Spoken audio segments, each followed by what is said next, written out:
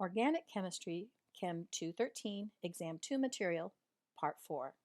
Ethers, epoxides, thiols, and sulfides. An ether has two organic groups bonded to the same oxygen atom. Diethyl ether is used in industry as a solvent. Tetrahydrofuran, THF, is a solvent that is a cyclic ether, and an epoxide is when we have a cyclic ether. In fact, both tetrahydrofuran and our epoxides are heterocyclic ethers. The tetrahydrofuran is a specific name for this ether.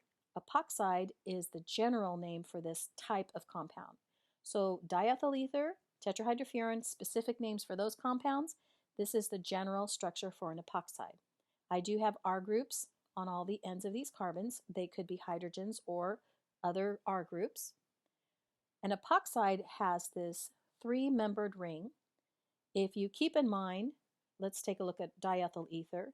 The hybridization on any of these carbons here is sp3 hybridized, and the preferred bond angle for sp3 hybridized is 109.5. And that's kind of the basis, the ground floor that we're looking at as a preferred bond angle. When we get to an epoxide, we're talking about a 60-degree bond angle. So it's under a lot of strain.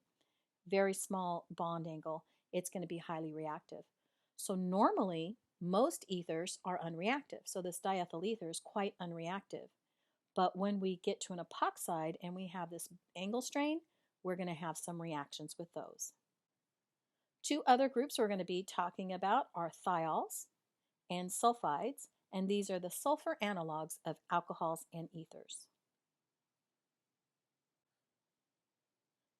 Looking at some of the structural characteristics of ethers, symmetrical ethers are when we have our identical R groups. And for the sake of argument, a lot of times when I talk about ethers, I'll be talking about the left side and the right side. So in this case, I have the left side, the right side. I know that ethers could be drawn vertically, they could be drawn in all different angles, but for the sake of argument, I will be discussing right side, left side, so we have the same frame of reference. So let's take a look at this first symmetrical ether, dimethyl ether. This is the simple way of naming it, where we take, if you have both sides the same and it's simple with no other functional groups and fairly small, we can say we have two methyl groups and we have an ether. There is a space here. This is another symmetrical ether. This is diethyl ether, and we saw that on the previous slide. We have two ethyl groups, one on each side of the ether. And I have an example here of an unsymmetrical ether. In this case, I have two different R groups. Its name would be ethyl-methyl ether. You would list them alphabetically, and I purposely put the methyl on the left-hand side. That way we can remember that they're always listed alphabetically, even though it could be on paper written on the left-hand side. And notice ethyl, then a space, methyl, then a space, then ether. So this is the common name or the simple naming for these.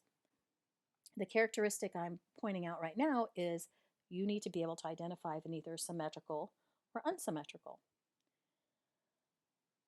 What I've also included on this slide are the boiling points of these three ethers. What I like about these boiling points is they do a really good job of showing us that if we have a higher molecular weight, we have a higher boiling point. Dimethyl ether has a boiling point of minus 24.5 degrees C. What state of matter is that at room temperature? Well, because it boils at minus 24.5, and if we talk about an average room temperature being between 20 and 25 degrees, this would already be a gas before it even hit room temperature. So its state of matter at room temperature would be a gas. So when you talk about dimethyl ether, you wouldn't say that you would have so many milliliters of it. You'd actually have a canister of it, and you would have it as a gas. Dimethyl ether has a boiling point of 34.5 degrees C, so it is a liquid at room temperature. And then ethyl-methyl ether has a boiling point of 10.8 degrees. So this one can actually go between, if it's a cold day or maybe a hotter day, it can actually go back and forth between boiling and not boiling because it's 10.8 degrees. Going back to diethyl ether, this is an interesting thing I'd like to point out, 34.5 degrees. Well, room temperature is 20-25 on average. and body temperature on average is 37, 37 and a half. So what's interesting about diethyl ether, it is a liquid at room temperature, but if we were to put that in a round bottom flask and we put our hand on the bottom, our hand would be a heat source and we could actually have it boil by just the heat of our hand. Naming ethers. Well, we saw some examples of simple ethers on the previous slide. So simple ethers are named by identifying the two organic substituents and adding the word ether. Ethyl phenyl ether. We have a phenyl group, we have our ethyl group, and we have our ether. We have a space between the word ethyl and phenyl. They are also alphabetical, and this is also letting us know that benzene does not have priority, that ether has priority over a benzene ring.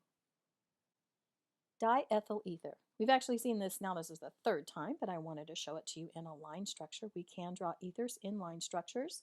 Remember, wherever you have a bend or an end, you have a carbon there.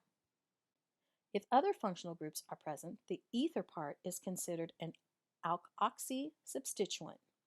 An alkoxy substituent is an alkyl group to which the oxygen atom has been added. Alkoxy would be, examples down here, methoxy, ethoxy, 1-propoxy, and 2-propoxy. When we use the alkoxy way of naming, you're going to have, remember, the left side and right side of your ether. Whatever side is larger gets to be the parent name, and the smaller piece with the oxygen, the smaller number of carbons, would be considered a substituent. So we would call it, this right here is a methoxy group, ethoxy group, and on propoxy, because we could have the bond on number 1 or on number 2, we have a 1-propoxy and a 2-propoxy. Normally your alkoxy groups will be a small number of carbons, because remember, it's a smaller group that gets the oxy name, the bigger gets to be the parent and the last name.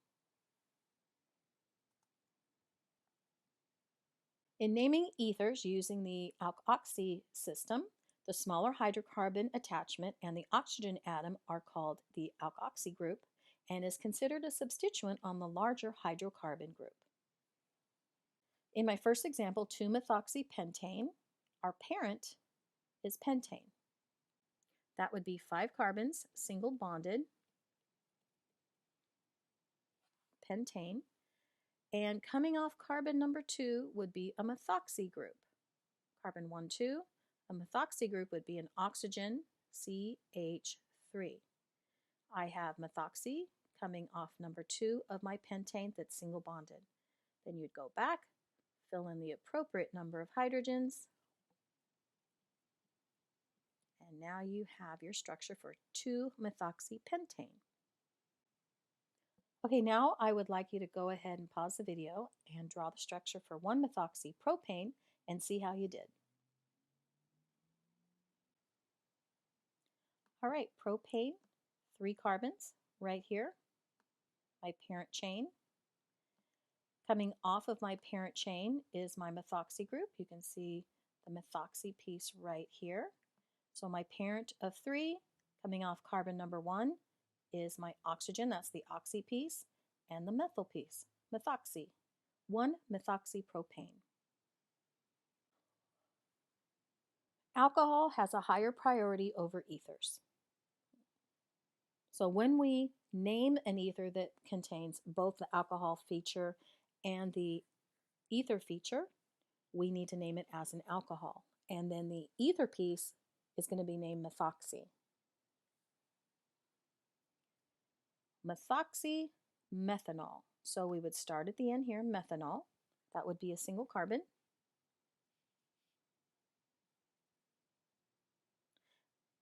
And my single carbon would have an OH group on it because it is a methanol. Methoxy, now there's only 1 carbon, so the only carbon it could be coming off of would be the same carbon that we originally had here. So here's my methoxy group. Carbon has to have 4 bonds total, so how many hydrogens does it need to get to 4 bonds? It needs 2. This is methoxymethanol. This piece here is my methoxy piece, and this piece here, alcohol has priority, would be the parent. So go ahead and pause the video, draw the structure for 4-methoxy-2-butanol, and see how you did. 2-methoxy-butanol. We start here with the 2-butanol. I will have 4 carbons, 1, 2, 3, 4. Coming off carbon number 2 would be my alcohol. So if I'm choosing to put my alcohol on this carbon here, I have now established the numbering system as 1, 2, 3, 4.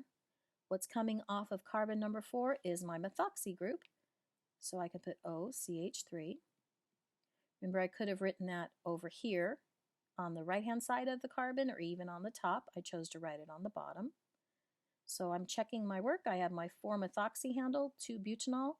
At this point, I would go back in and make sure I have the correct number of hydrogens. And this is 4-methoxy-2-butanol. I'll go ahead and remove this and put in the computerized version, a little bit neater for you. On my computerized version, I want you to notice that on my OH, I didn't have it drawn above or below in my condensed structural formula. I made it part of it through here, and this is also another alternative to how you can draw it. And also my methoxy, instead of putting it below like I did in the handwritten one, I went ahead and kept it within the same chain. Both of these are 4-methoxy-2-butanol, just 2 different formats. Give the name or the structure for the following. Go ahead and pause the video and come on back. For this one, my parent chain right here has 1, 2, 3, 4 carbons. I have a methoxy group coming off carbon number 1, because remember we have to give the lowest possible number. So that would be a 1-methoxy butane. There's 4 carbons there, all single bonded. My parent chain, because it has an alcohol group, has to contain the carbon with the alcohol on it. The OH is coming off carbon number 2. It has priority, so it gets the lowest numbering system, which means again, I have a methoxy group again, that's coming off carbon number 3. 3-methoxy-2-butanol. 1-ethoxy-1-methyl-cyclohexane. Cyclohexane means I'm going to have 6 carbons in a ring. This is not a benzene, so don't put the aromatic ring in there. It is just a cyclohexane. Coming off carbon number 1 is a methyl group, so I'll go ahead and use this one as carbon number 1. And also coming off carbon number 1, the same carbon, and this carbon here, it can have 2 things coming off of it because it only has 2 bonds. This is not a benzene ring. Ethoxy means I have an oxygen and then 2 more carbons, so CH2, CH3. So I'm going to go ahead and show you the computer-generated version, a little bit neater than what I've drawn here. What looks like the only difference between the version I drew and the computerized version is I have my ethoxy on the top and the CH3 coming down. It is the same structure. 1-propoxy benzene. Now here we would draw a benzene ring with the aromatic circle, and coming off our benzene is 1-propoxy. The 1 isn't telling me where it is on the benzene. The 1 is telling me of these 3 carbons where the attachment is. So I have 3 carbons. Oops, I forgot to make this I got to put my oxygen in there. It doesn't look like an oxygen. Propoxy, so my oxygen, and then it's connected to 3 carbons in my propoxy. Let's fill in our hydrogens. 1-propoxy benzene. 2-methoxybutane, my parent, would have 4 carbons, single bonded. Coming off carbon number 2 is a methoxy. I know I use methoxy a lot. It's because you'll be seeing those a lot. You don't have very big compounds. And remember, the one that goes with the alkoxy name has to be less carbons than here. So you're going to see methoxy quite a bit.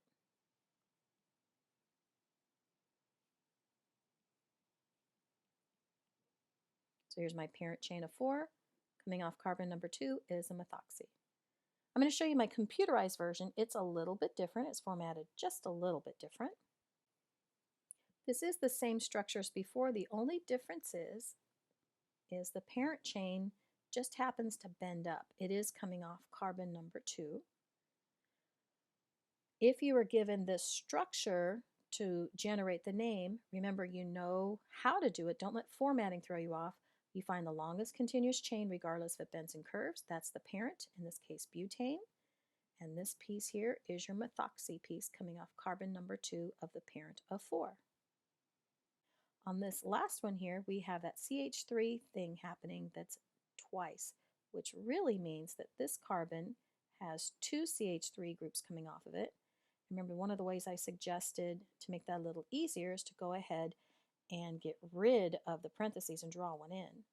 This side has 2 carbons, this has more carbons, so this gets to be the parent. We have a situation here where we have 2 substituents. We have an ethoxy here, and we have a methyl. Numbering system, it'd be the lower numbering system counting this is carbon 1 and this is carbon 2. How would you name this? How you name this is you still list the substituents in alphabetical order. E comes before M, just as we've done before with substituents. They're listed alphabetically. Structure, properties, and sources of ethers. An ether has a tetrahedral bond angle. In dimethyl ether, it's actually 112 degrees. I listed the boiling point again of dimethyl ether. We had that on a previous slide. The oxygen is sp3 hybridized and gives ethers a slight dipole moment. Diethyl ether is prepared industrially by sulfuric acid catalyzed dehydration of ethanol. Ethers have much lower boiling points than the corresponding isometric alcohols because ethers themselves cannot form hydrogen bonds with themselves. Ethers are relatively stable and unreactive. Some can react slowly with air to form peroxide bonds. Ethers are excellent solvents for organic compounds. Their relative inertness makes them great solvents in which to carry out organic reactions. On top of that, don't forget that slight polar piece. That also helps them become a much better solvent. Preparation of ethers. Symmetrical ethers can be synthesized by the acid-catalyzed dehydration of primary alcohols. This is best for primary alcohols and only gives you symmetrical ethers. This reaction requires that you have 2 moles of the alcohol for every 1 mole of ether formed. That's because this R here is both the R on the left and the right side of the ether. It's a dehydration reaction. We get water coming off as a minor secondary product, and here's our acid and the acid catalyzed piece. This reaction takes place by an SN2 displacement. This method is not practical for the laboratory, but is useful in industry.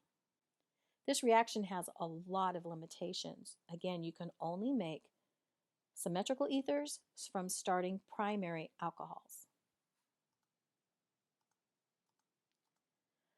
The best method for preparing any kind of ether, whether symmetrical or not, is the Williamson ether synthesis.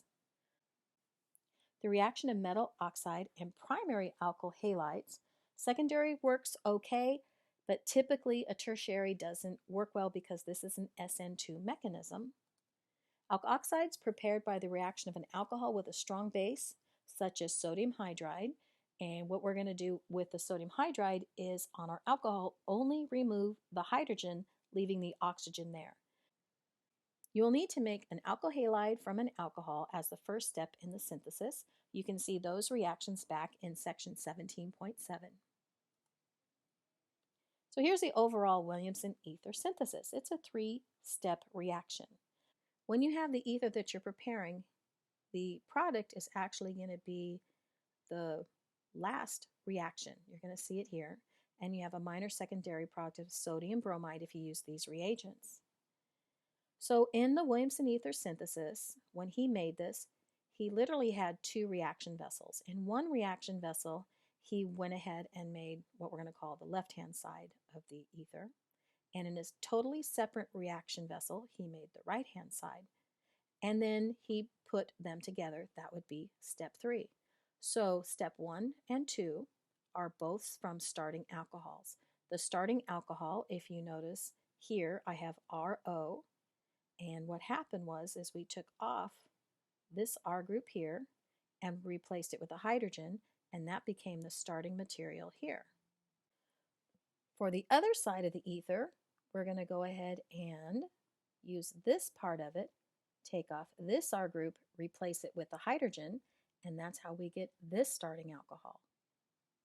You can write this in any order. I could have put this alcohol on the top or this one here. Remember, these are 2 separate reaction vessels.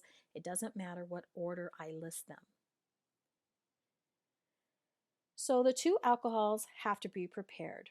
Remember that it does tell us that the halide would be better if it's on a primary or secondary alcohol. So when you do this reaction, you want to use one of the reagents that's best for primary or secondary alcohols. Again, back in section 17.7, you'll see that. And this reaction, the entire OH group is removed, and we get it substituted for the halogen. We only want one of our 2 groups that we're putting together to have an oxygen on it because our ether only has 1 oxygen. The other side of our ether, if it's tertiary, you definitely want to use this reaction for it. You want to go ahead and use the base here. The second reaction, what happens is only the hydrogen is removed, forming our O- and our Na+. The oxygen is still covalently bonded to this R group. It is ionically attracted to the sodium, so you would put a minus sign with your oxygen and a plus sign with your sodium. And then in these Williamson ethers reactions, I am requiring you to show me all the minor secondary products, so you would have to put H2 gas here. And I didn't mention it before, but you do have to put the set of reagents on this. The first 2 reactions could be written in any order. It's the reagent you use that I'm going to look for. For example, if wherever you have the PBr3, I know the whole OH has to go away and the halogen's going to be there. When you use the sodium hydride, only the hydrogen goes away. So again, you can write these in any order. Make sure that if you have a tertiary alcohol, that's the one that gets just the hydrogen removed, because we know it's better to have the other one as primary or secondary. So the last thing we're going to do is take these 2 separate reaction vessels and put them together. We have our alkyl halide. We also have our R group that has the sodium prepared, our alkyl oxide. Here's our alkyl oxide, and here's our alkyl halide. They're going to form together to form our ether plus sodium bromide as the minor secondary product. Again, as in with any reaction, as long as it's on the correct side of the reaction arrow, order doesn't matter.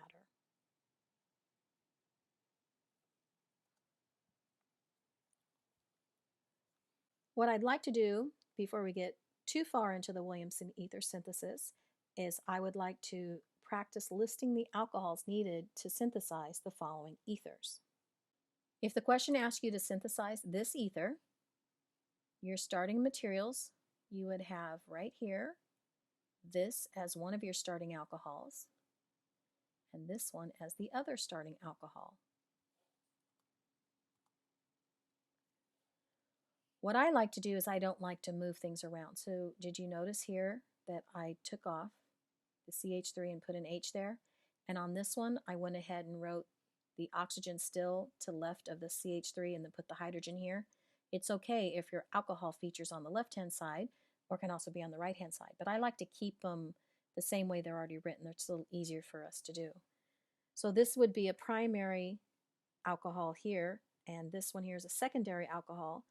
So when we're doing the reaction, the best one for the halogen to be on would be this one down here.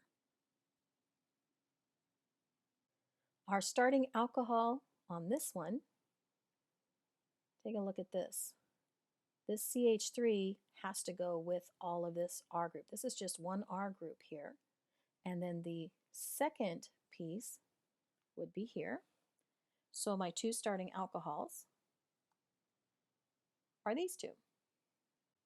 On these two starting alcohols, this one right here is a tertiary alcohol, so you do not want to put the bromine here or the halogen here. You would like to have this one where only the hydrogen goes away and make the oxide out of this one. And because this is a primary alcohol, this would be the best one for you to put the halogen on. Our two starting alcohols right here.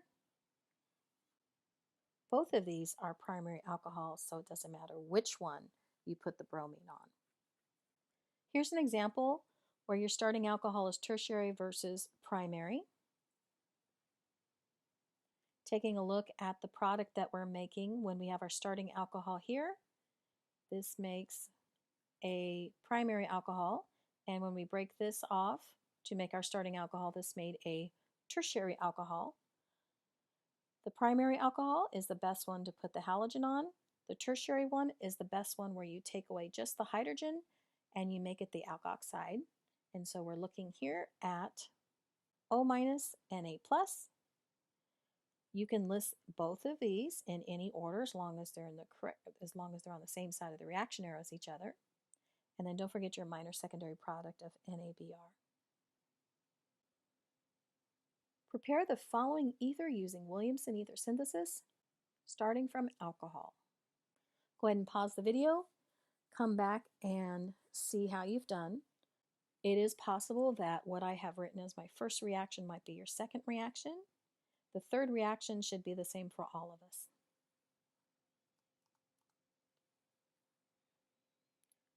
Go ahead and compare mine to yours. You might want to pause the video to take a little closer look at this.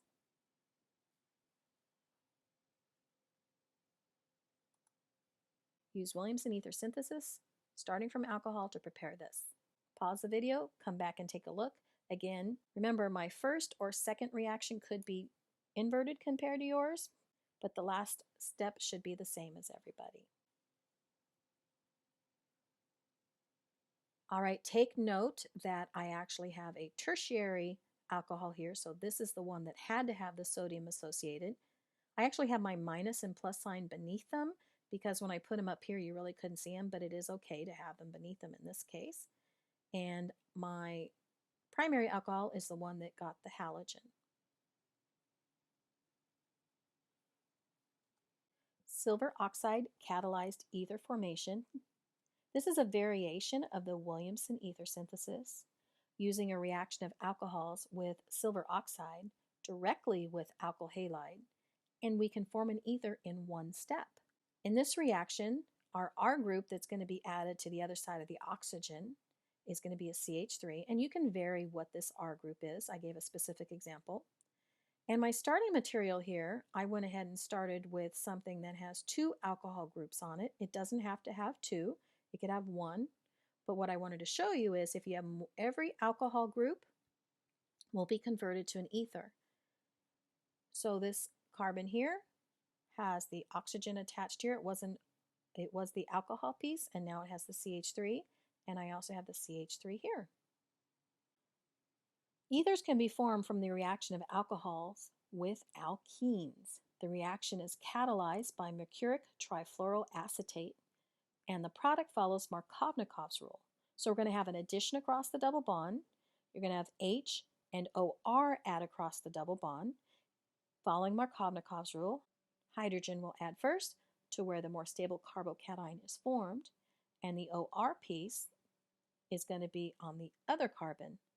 So pragmatically, Markovnikov's rule is hydrogen goes to the side with more hydrogens, and OR is going to go to the other carbon. This is a two-step reaction. Here we have our alcohol, R. So this is the same R that's going to go right here. In fact, even the oxygen with it is going to join it. And then we have the second step is going to be the reduction. This is a reducing agent here. I have an example problem using R groups, actual R groups, and an actual alkene. Go ahead and pause the video and come back and see how you did.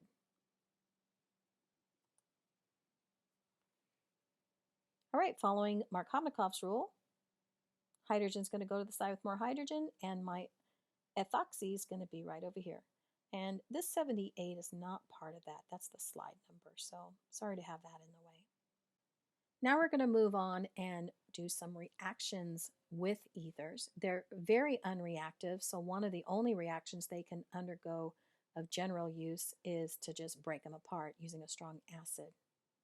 Here's an ether, here's a strong acid, also we have water, and what it's going to do, it's going to break down our ether, where one part of the ether is going to become an alcohol and the other piece is going to be an alkoxide. In this case, X can be bromide or iodine, but not chloride. So this is one of the unusual circumstances where chlorine cannot participate. So how do we know which side of the ether the halogen goes and the OH goes? Well, primary and secondary alkyl ethers react by an SN2 mechanism where the halide attacks the ether at the less hindered site, producing one halide and one alcohol.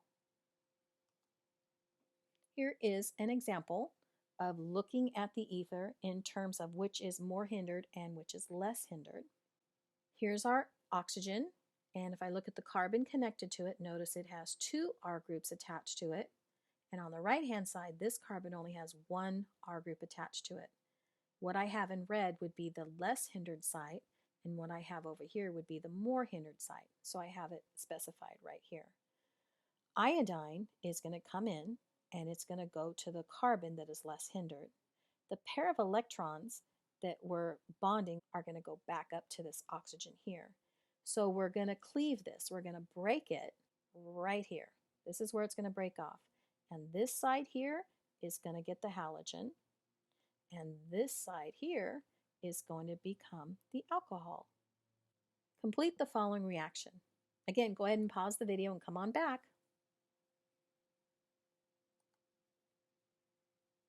So again, we see that the smaller side of the ether, the CH3, gets the halogen, and the ring in this case gets the OH. So the previous two slides, we talked about primary and secondary ethers. Now let's take a look at tertiary, benzylic, or allylic ethers. They can react either by an SN1 reaction or an E1 because of the stable carbocation that's formed. This reaction's fast and takes place at moderate temperatures. So in this case, I went ahead and gave us a symmetrical ether because we needed to have both sides, either tertiary or benzylic. What's going to happen is we're going to cleave this. One side's going to become an alcohol and the other side becomes an alkene. Again, I'm noticing my degree sign is not correct, so be sure to fill this in as a degree sign and not this infinity sign. Reactions of ether, the Claisen rearrangement. This reaction, the Claisen rearrangement, is one of the top 10 organic named reactions. You definitely want to become familiar with this and know this reaction well. This is specific to allyl aryl ethers. That was quite a mouthful. So we're looking at this compound right here. We have a benzene, oxygen. Do you see that? Ar is the benzene and our oxygen. Then we have a CH2, CH double bonded CH. That's what this is right here. It's very specific to this structure. Now you can have different R groups coming off here, here, or here, but the general formula that you're going to see is this one. So we're going to go by the simplest format. You can't do this if you have less carbons than this. It must have at least these three here. So how do you make this? We can start off with a phenol. And remember that NaH, what that does is it removes only the hydrogen, forming this ion. And then we're going to bring in this bromine with the carbon-carbon, then double bonded carbon. The attachment point is going to be where the halogen is. We've seen that in many reactions. So the sodium's going to go away, and this carbon here will be attaching to my oxygen, and it forms this. Well, at some point, because this carbon here and this carbon here has a single bond, at some point what's going to happen is free rotation, and what can happen is this carbon-carbon double bond can swing on down. When it is in this formation here, what can happen is Claisen rearrangement. It takes 250 degrees. Again, make sure this is a degree sign for you guys. And what's going to happen is, take a look at this. We have the mechanism on the next page. But this oxygen becomes an OH, and these three end up bonding right here in the ortho position to it. So let's take a look at the mechanism on the next slide. What's going to happen is we're going to have a lot of electrons moving. We've got a pair of electrons coming in this bond, which causes this pair of electrons to go here and this pair to go here. So this transition state, can you see the dots here? I know on my slide it's pretty light. In the textbook I think it'll be much darker. But what's happening is you have all those electrons all associating with each other coming around here. They're bonded still, but it's a very, very weak bond, but electrons are flying all around here. And what's going to happen after this transition state is we get an intermediate. And this intermediate, this oxygen here, becomes carbon double bonded oxygen. And now I still have this carbon here is what's going to bond to this position here, this what would be the ortho position when we're done. And this CH2 here is going to be double bonded to this carbon here. This hydrogen, after the intermediate, is actually going to protonate this double bond O and become the alcohol. So this is a concerted, pericyclic, 6-electron, 6-membered ring transition state. That's what's happening right through here. So this is an example of showing both a transition state and an intermediate. This is a mechanism that is quite commonly asked on exams. And again, the Claisen rearrangement is one of the top 10 named reactions.